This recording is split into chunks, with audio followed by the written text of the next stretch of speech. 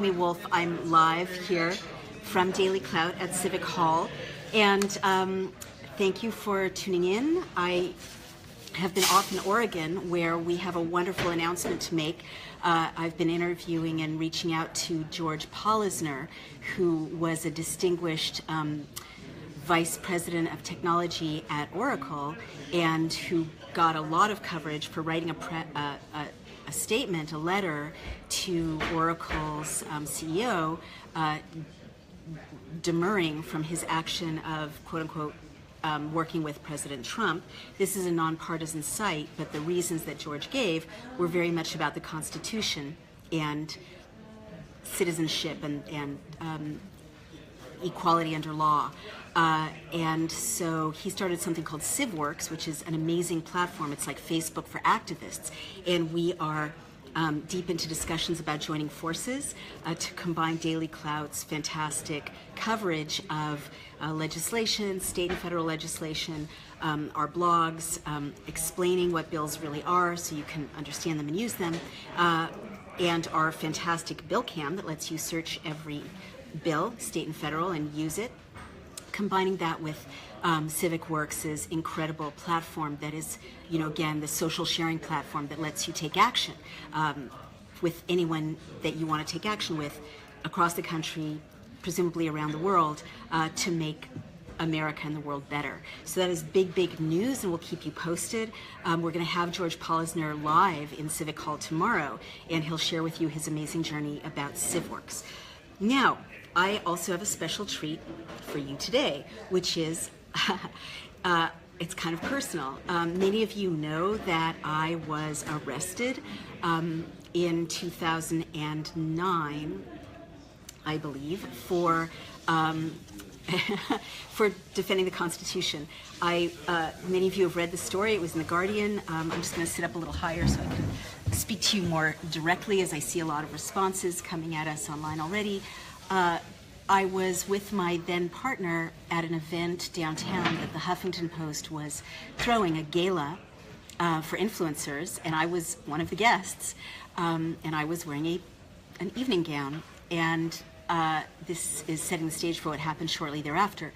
There was a group of protesters, Occupy-related protesters, outside of this gala event, and they were totally obeying the law.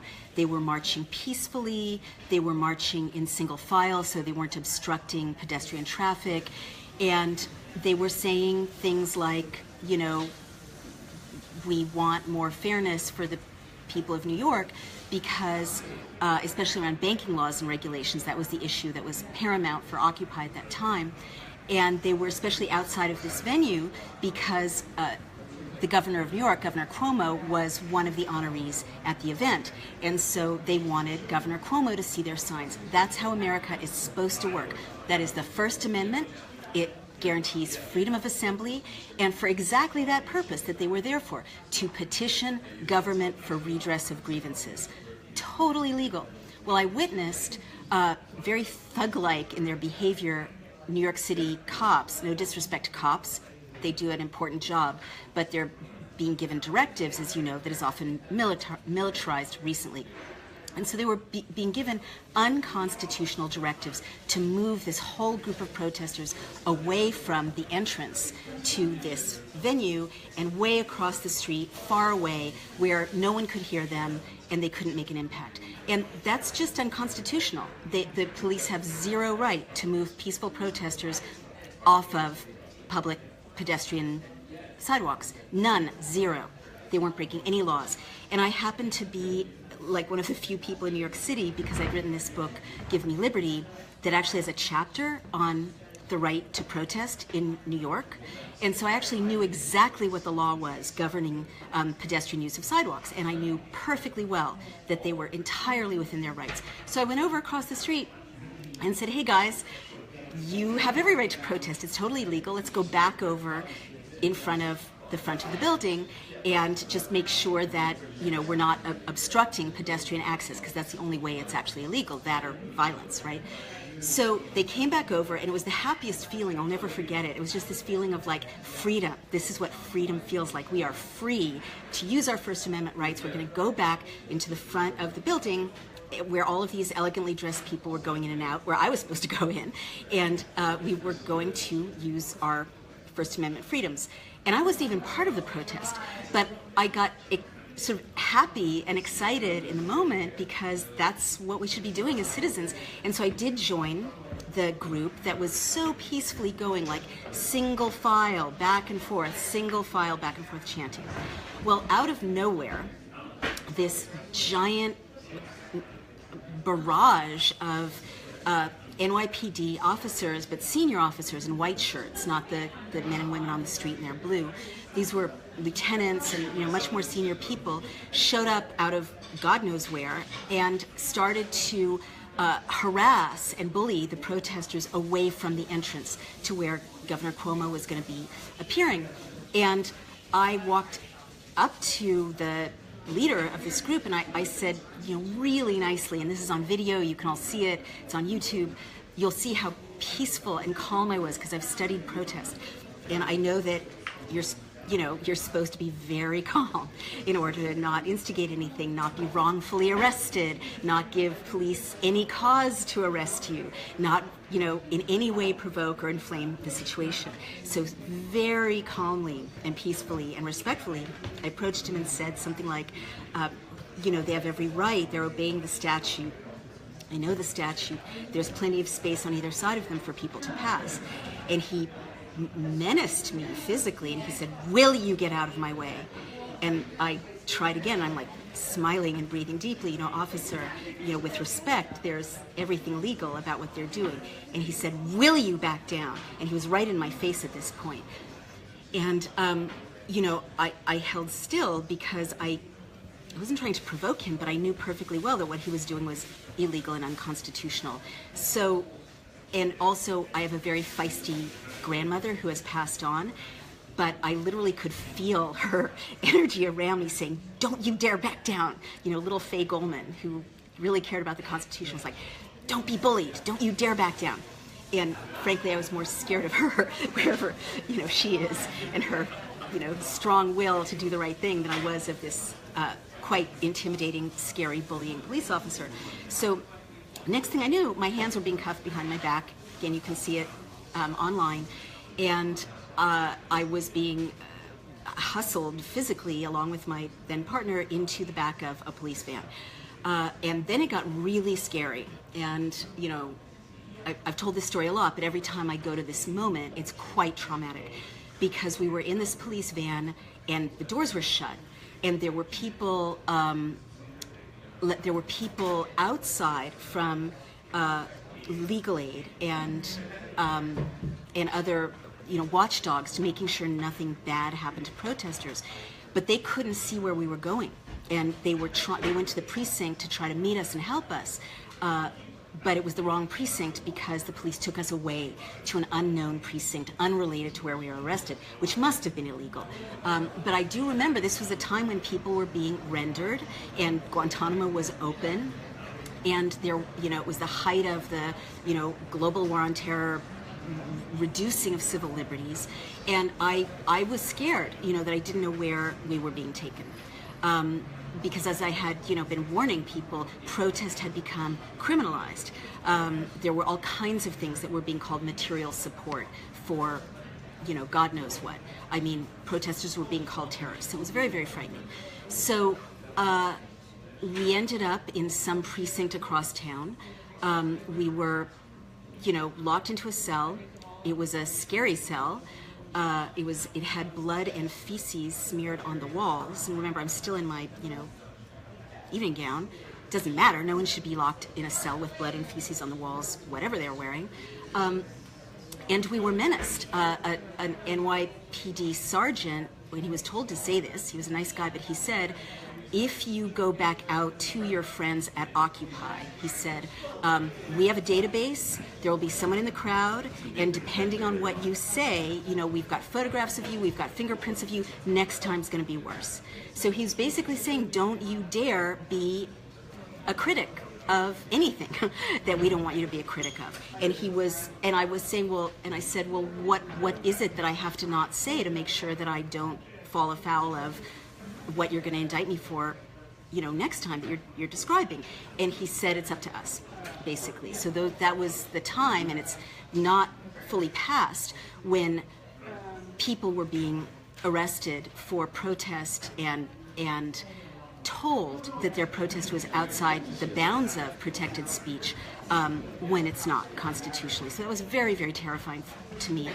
You know, I'm always peaceful in my criticism of whatever's happening, always lawful, and that was an extremely frightening experience of lawful protest being menaced, arrested, and intimidated. So, of course, I got back out and immediately wrote about it for The Guardian. You know, they didn't silence me completely, but it was truly frightening. And it was also expensive to get arrested because you need legal counsel. So, thank God, a lawyer offered to represent me and my then partner, Avram Ludwig, pro bono, and he represented us in court, but we had to, like, go down to the courthouse and, you know, kind of file all of these papers to try to make sure that I wasn't going to be sent, and Avram wasn't going to be sent to Rikers Island for 3 weeks.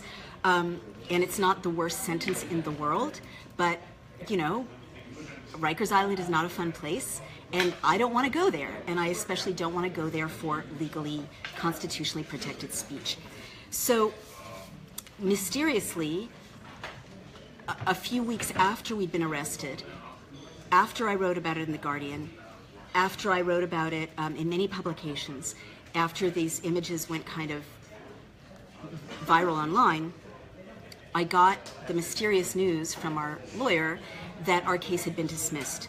And I said, well, why? And he said, well, there isn't really a reason. They didn't give a reason.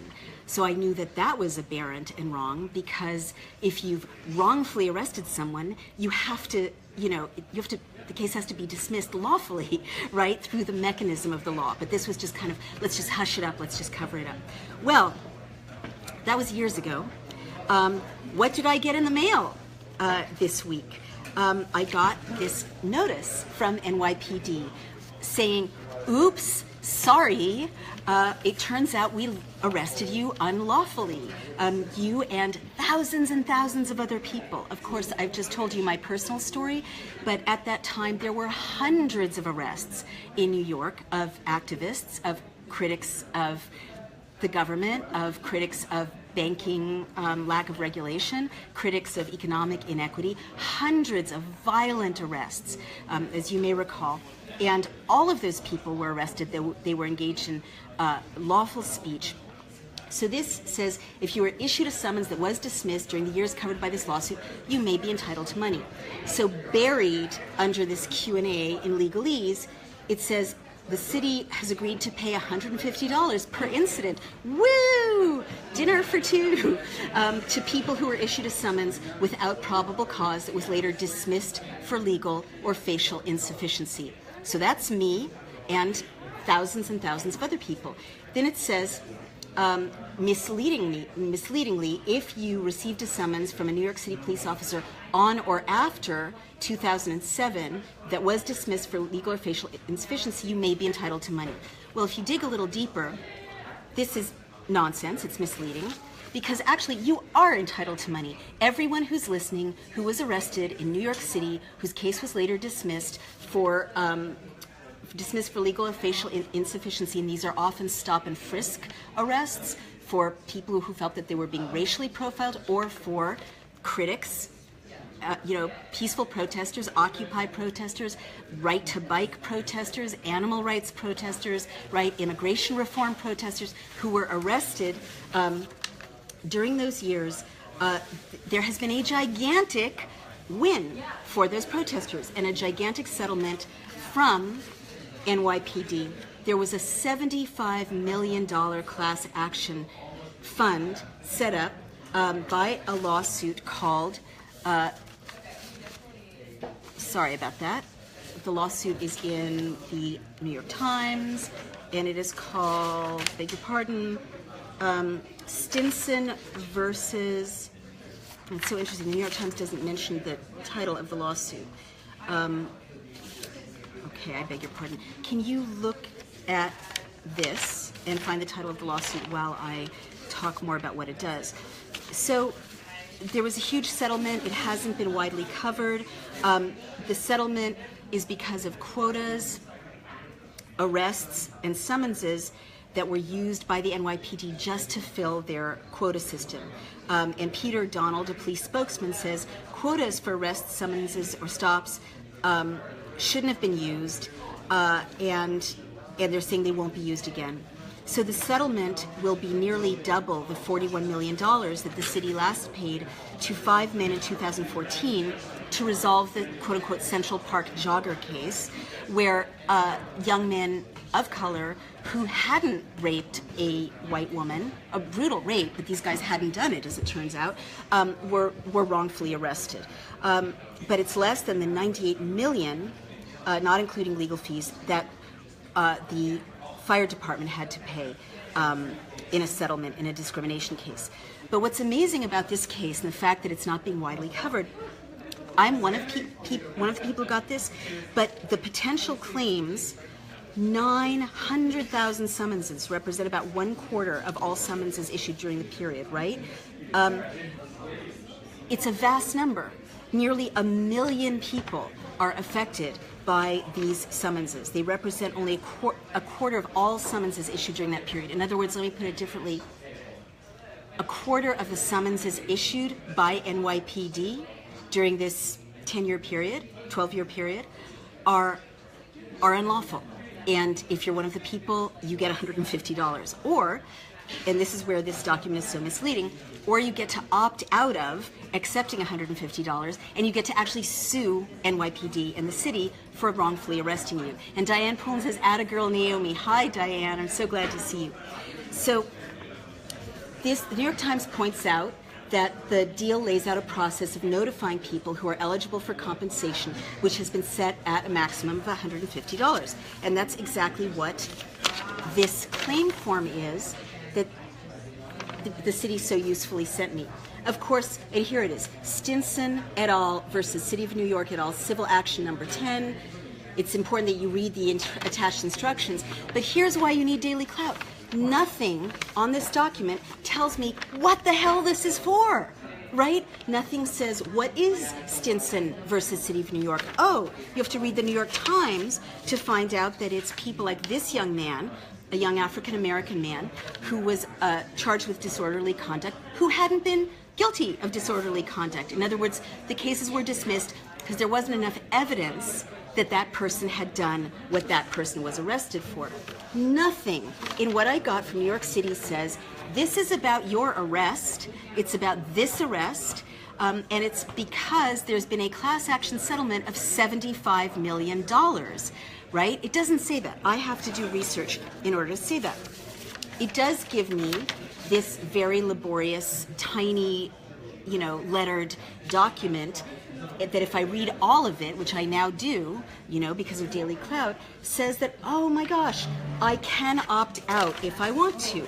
Well, if I go through the laborious process of opting out, then I will find, by clicking on the link, that I can write a letter to the lawyers saying I'm opting out, and only if I do that by April 24th, which is very soon, right? They only gave me like 2 weeks to figure this all out. If I send that letter by April 24th, then I'm not accepting the $150. What does that mean? It means I don't lose my right to sue the heck out of the City of New York and the NYPD, right, for unlawful arrest, and get a settlement like that $75 million settlement that Stinson et al. Got. Or a civil case that's an individual case. So here you can see in tiny, unclear wording that says, exclude yourself from the settlement, and if you do that, this is the only option that allows you to ever be part of any other lawsuit against the defendants about the summons in this case. And then to ask to be excluded from the settlement, go to this place and follow the tricky exclusion process. So this is public service. I'm telling you, go do it. If you're one of these 900,000 people, sorry, I can't tell you what to do, but you deserve to know what your rights are. This document is not going to be clear enough about what your rights are. I am telling you what your rights are. You can take the $150 if you are one of the nearly 1 million people unlawfully arrested by NYPD during this 12-year period. And many of us are going to be people of color, young men of color, and many of us are going to be peaceful protesters, right? If you get this letter, you can take the $150, but it means you cannot then issue your own civil lawsuit. This document and this settlement means that a judge has found that NYPD was wrong, illegal. Those 900,000 summonses were wrongly, unlawfully processed, right? So you have a good chance, if you don't take the $150, do sue NYPD in the city of New York, you have a good chance of winning, because they're basically saying, I mean, I'm not a lawyer, but it's my understanding, clear understanding, that what this document says is that a judge has told NYPD, you were wrong, this was wrong, it's a tort, meaning it is actionable, you can sue and win if you were arrested in that 12-year period for something that later got dismissed for legal or facial insufficiency. So NYPD, I'm standing by. You want to send me a letter saying, sorry, Naomi, oops, we shouldn't have locked you up in a cell and threatened you, a mother of two, with going to Rikers Island for 3 weeks for peaceful protest? This is nice, but I would like a letter of apology. I'd like a public apology. And not only me, but there are 900,000 other people, most of them people of color, young men of color, or peaceful protesters who also deserve an apology, but more important, deserve to know what their rights are. So again, if you got this letter, know that you can exclude yourself and sue the hell out of the city of New York. And that's what our founders intended for us to do. Not to be litigious, but to be vigilant in the defense of our rights. And due process is one of the absolute cornerstones of our system. The people who have the power of municipal policing are not supposed to abuse that power. They're not supposed to engage in racial profiling. That's been found to be unconstitutional and illegal. And they're not supposed to engage in filling up quotas by rounding up peaceful protesters who are using their First Amendment rights. And again, that lawsuit is Stinson versus the city of New York, and it's a $75 million lawsuit. And Justice Reboot is a program that de Blasio has announced to let police write down more details about an incident so that they won't be randomly arresting peaceful protesters and young men of color. So there's been some positive action as a result of this scrutiny, and hopefully there will be more as we, as Americans, I hope, demilitarize our police forces. The Founding Fathers did not intend, whatever you feel about the Second Amendment, the Founding Fathers did not intend a militarized police force. There is not supposed to be military policing in civil society, and the First Amendment is supposed to be protected. So hooray! What do we want to hear from? Thank you for standing up. Stinson, I know. So Helen Walker says, I've been looking for this story. It was on YouTube and I couldn't find it. I've been harassed by police and had unlawful threats of having my child removed. And this story was in my mind the whole time. I resonate so much with it. Thank you so much. 12 police thus far. Oh dear. Thank you. You inspired me to stand tall and remain open and contained. If that had not been the case, it could have gone very wrong on more than one occasion. Thank you. Helen, I'm so sorry. I'm sorry that you are experiencing this. I really am. And Haley's going to look up some help for you. There are organizations, there's New York Legal Aid, but there's also something called, they specifically observe and help people who are being harassed by police or who are being harassed when they protest. Can you look up those resources, and I'll give them to Helen. Helen, that's wonderful to hear, and again, I don't know the details of your circumstance, but I always say to protesters, and this is from having studied how to save democracy, right? Peaceful protest is the most critical thing. The First Amendment and peaceful protest is the only thing that saves democracies when they're declining and fading. And the really important thing I always tell protesters is that you should always be peaceful and never cover your face. It's very common for there to be agents provocateurs. They're documented, I've talked about this before, in peaceful protests that make it violent. This often gives police an excuse to crack down and sort of smear the reputation of the protesters and the protest. That, I believe, is what happened in Occupy. It really broke up that movement, which was criticizing out-of-control banking or, issuing overregulation, depending on your point of view. But when people don't let others cover their faces, it's much harder for provocateurs to do violence. The other thing I often tell protesters, especially young people who don't remember the civil rights movement or the memory of the civil rights movement, is sit down. Don't clash, right? Don't stand up, don't be aggressive. Sit down. Some of the most effective protests involve just sitting down in streets, right? You're not fighting, you're not resisting arrest, you're just seated, you're hard to move. And singing. Something I don't love about protests these days is that young people tend to chant, and that's military, right? The military chants.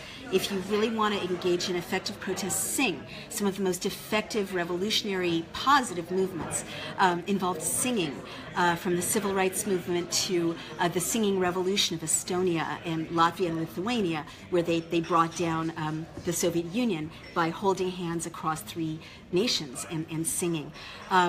But there's other sites that I'd like to tell Helen about, and I'm thinking of, it's called like Legal Aid. They're the look up Observers at Protests or Legal Observers at Protests. This is what they do. And Marjorie Cohen used to be the head of it. All right, Townsend J. Pass says, when we marched in 2015 due to the Eric Garner hearing, I remember how the police infiltrated our march and purposefully splintered the movement down random streets and immediately started arresting people because, quote, they were off the designated route, end quote. I will never forget screaming at people to get off 12th Avenue and onto the sidewalks. They let those people walk, thank God. So what city was that in, Townsend J. Pass? So until we hear what city that was, and you don't have to tell us, of course, so important. It's so important for people to understand their rights under the First Amendment, freedom of assembly. There is no such thing as a designated route, right? That's an invention. The Constitution allows you to protest anywhere except private property, right? Public streets are yours for protest. In front of government buildings, they're yours for protest. Outside your home, inside your home is yours for protest. And so don't ever, it's brainwashing that has been done over the last decade, that we're told, well, you have to have a permit for this. And some municipalities have that, permits for protest. But that's an unconstitutional requirement. And, ACLU, please go ahead and run that challenge.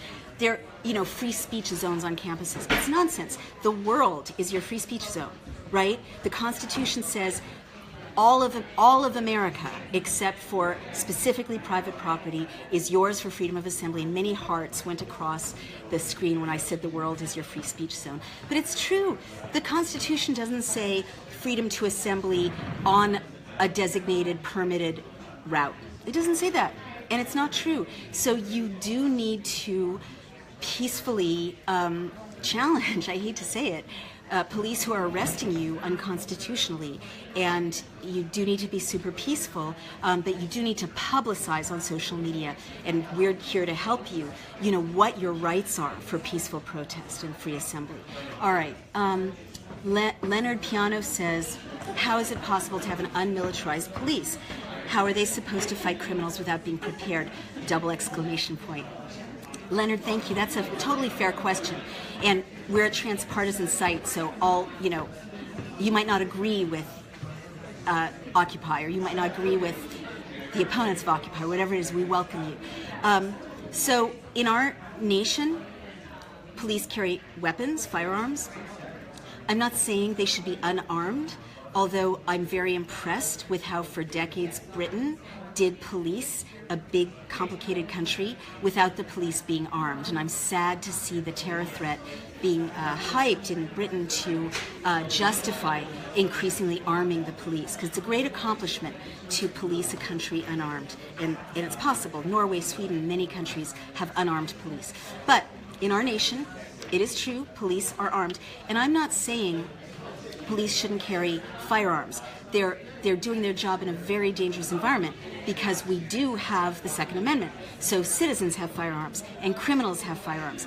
I'm not going to say police should lay down their weapons, and this isn't even about what I think or what I believe, but there's a huge difference between police who are armed but engaging in civil policing, which means overseen by independent panels, overseen by a police commissioner, who's overseen by the mayor, who is overseen by the people of the city, right? That's civil society policing.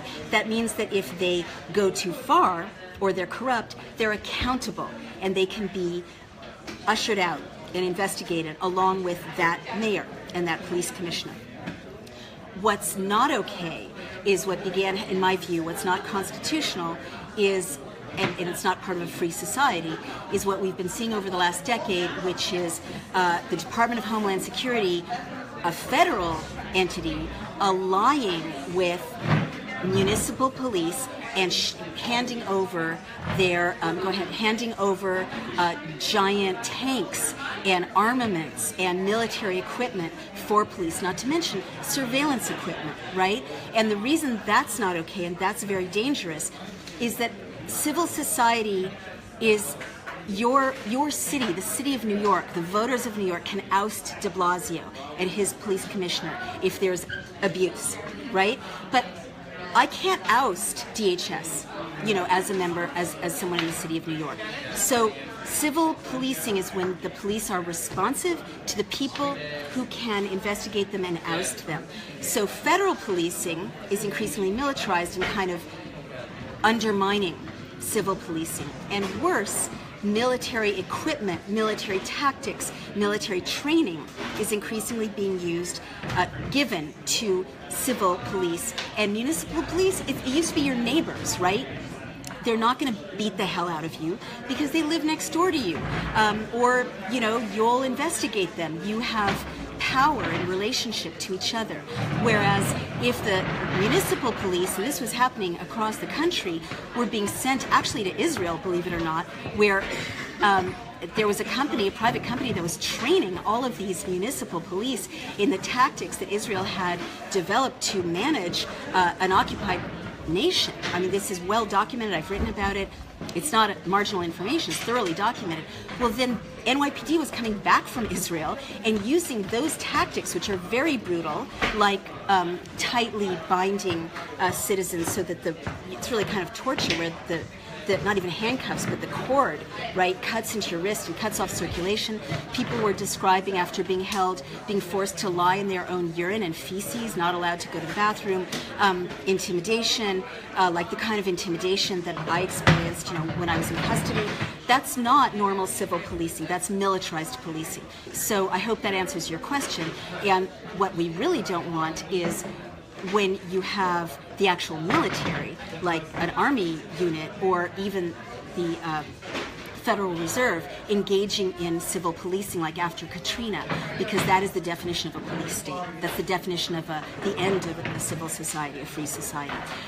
Okay, so we have to go offline soon for reasons of people needing the space, but Christine Robinet says, public parades are not necessarily protests and vice versa. That's very true. And parades do require a permit. You're right, Christine. Let's look into that more. That's a really good point. Thank you. And finally, Jason Ford said, does your organization have a phone if we need help? We don't yet have a phone because we are a lean startup, but you can email us, and it's confidential, at dailyclout.io. Email Haley, email Naomi. And if you want us to get a phone and you like these videos, which are going viral, but they cost money for the equipment, the staff, the interns, the writing, the research, but we now have a donations button at Daily Clout. Please help us stay independent, help us report the news, help us share this kind of information, like, you have your rights if you're one of these 900,000 people. Help us inform you about the bills that affect you every day, and help us create tools so you can affect those bills. Go ahead and donate $5, $10, $50. If you've got lots of money, send us a couple of hundred, a couple of thousand. We will make good use of it, and we will stay independent and keep sharing this vital information about democracy. This is Naomi Wolf signing off, and we'll see you tomorrow, and God bless you all. I shouldn't say that because we're nonpartisan, non-sectarian. Happy democracy to you all. Thank you so much, and we'll address your questions online. See you tomorrow.